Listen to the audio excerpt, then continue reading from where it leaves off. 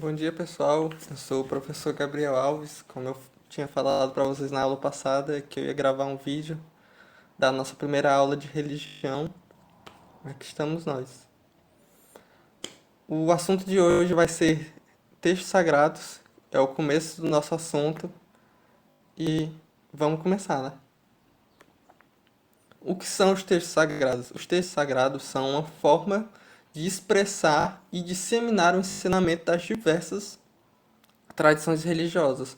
Ao unir esses textos sagrados com as suas tradições, seus ritos, suas festas, suas situações de vida e morte, as tradições religiosas pretendem criar, elas visam criar um mecanismo de unidade e identidade no seu grupo, assim assegurando que seus ensinamentos não sejam modificados demais com o passar do tempo, deixando eles mais sólidos. Eles também planejam com isso, eles visam com isso uma forma mais fácil de transmitir esses conhecimentos, esses ensinamentos para as próximas gerações e também para os novos adeptos. É importante também que os textos sagrados eles são utilizados para orientar as pessoas. Eles são utilizados em momentos que as pessoas se encontram em momentos difíceis do seu cotidiano. Elas podem retornar a esses textos sagrados para buscar uma orientação de que rumo seguir. Também é bom a gente lembrar que toda tradição, toda crença das pessoas é tomada visando, achando que está tendo uma forma de viver uma vida melhor. Ninguém começa a acreditar em nada, ninguém decide acreditar em nada sem achar que isso é uma coisa boa. Então é por isso que a gente tem que sempre lembrar de respeitar as escolhas das outras pessoas, porque para elas essa é a melhor forma de viver as vidas delas. Nos textos sagrados estão registrados os principais fatos, os fatos mais relevantes das tradições religiosas, sejam as orações, os sermões, as doutrinas, as histórias, qualquer coisa que seja relevante para a tradição religiosa, eles podem ser registrados, eles estão registrados nesses textos sagrados. Mas a gente também tem que lembrar que o que caracteriza um texto como sendo sagrado é o reconhecimento do grupo a que ele pertence. Ele tem que ser conhecido e considerado como algo que transmite uma mensagem ou que favorece uma ligação, uma aproximação entre as pessoas e o divino, o sagrado, o que seja que elas acreditarem. A interpretação do texto também não é estática, ela muda com o passar do tempo. De forma que os tempos vão passando, vão se modernizando, as pessoas que interagem com esses textos sagrados, elas podem interpretar de uma forma que melhor se adapte às demandas atuais dela, sempre mudando para melhor se encaixar no presente das pessoas. E também outra coisa que pode mudar bastante é que interpretações secundárias podem vir a ser completamente diferentes da intenção original do texto. Porque uma coisa que a gente vai até falar um pouco mais depois na frente da aula é que uma pessoa, quando ela interage com o texto, quando ela lê um texto, ela pode ter mais de uma interpretação. Um texto pode ter mais de uma interpretação. E por isso, quando a gente lê um texto, quando duas pessoas diferentes leem o mesmo texto, elas podem chegar a ter conclusões diferentes. A comunicação do sagrado, a expressão do sagrado, ela pode ser de várias formas diferentes e várias religiões diferentes também usam essa expressão, essa comunicação. Por exemplo, uma culturas dos tempos antes do surgimento das primeiras línguas escritas utilizavam-se da oralidade, da fala, para transmitir os seus ensinamentos religiosos. E com o surgimento da escrita, pode ser que essas tradições tenham ou não decidido registrar de forma escrita os seus ensinamentos, as suas tradições. Os Por exemplo, há também, hoje em dia, até hoje em dia, tradições que ainda mantêm essa tradição oral. Por exemplo, culturas nativas, culturas indígenas, aborígenes, culturas africanas, elas mantêm essa oralidade porque elas acreditam que essa é a melhor forma de manter a essência do que é os textos, que são os textos sagrados dessas religiões. Mesmo elas já tendo familiaridade com a linguagem escrita, elas mantêm a transmissão oral dos seus ensinamentos. Em contrapartida, tem religiões que, com o advento da escrita, decidiram registrar os seus conhecimentos, os seus ensinamentos, os seus textos sagrados. Porque para elas essa é a melhor forma de preservar o conteúdo dos textos sagrados, vendo todo aquele processo que a gente viu de facilitar a disseminação do conhecimento, entre outras. Alguns exemplos de culturas que decidiram registrar seus textos sagrados na forma escrita são a cultura cristã, como, como exemplo, a cultura judaica, a cultura islâmica, entre outras. Essas três são as bem marcantes no quesito tradição escrita.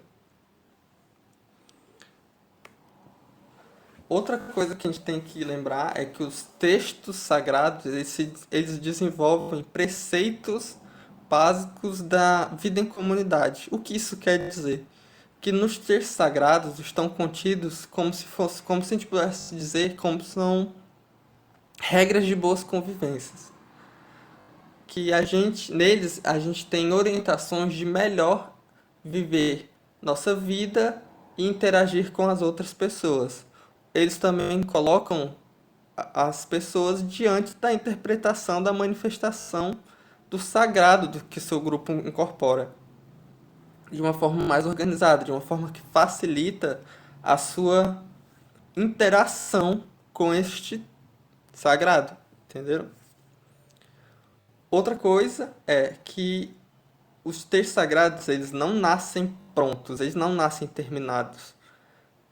Eles são uma construção que aconteceu ao longo do tempo, ao longo de vários anos, de uma história de um povo. E eles contêm nele essa história, esse desenvolvimento, o juízo crítico dessas pessoas, a forma que elas viviam. E por isso que outra função importante desses textos sagrados é manter vivo os sonhos das pessoas. Por quê? Porque eles ajudam as pessoas a continuar acreditando, continuar tendo fé, continuar tendo esperança na possibilidade de viver uma vida melhor, de construir um mundo melhor. Aí voltando àquilo que eu mencionei alguns slides antes, que uma palavra escrita quando ela é interpretada, ela pode ter uma ou várias interpretações.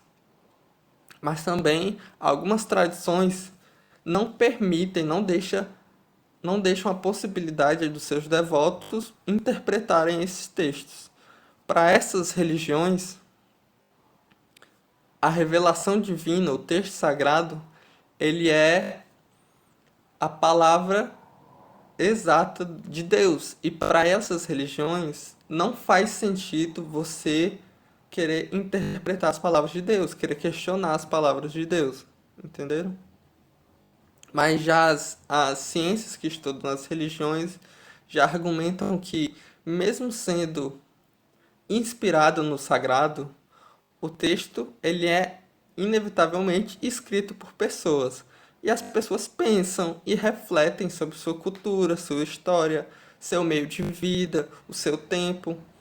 Então, existe uma influência humana no texto sagrado. É inquestionável isso.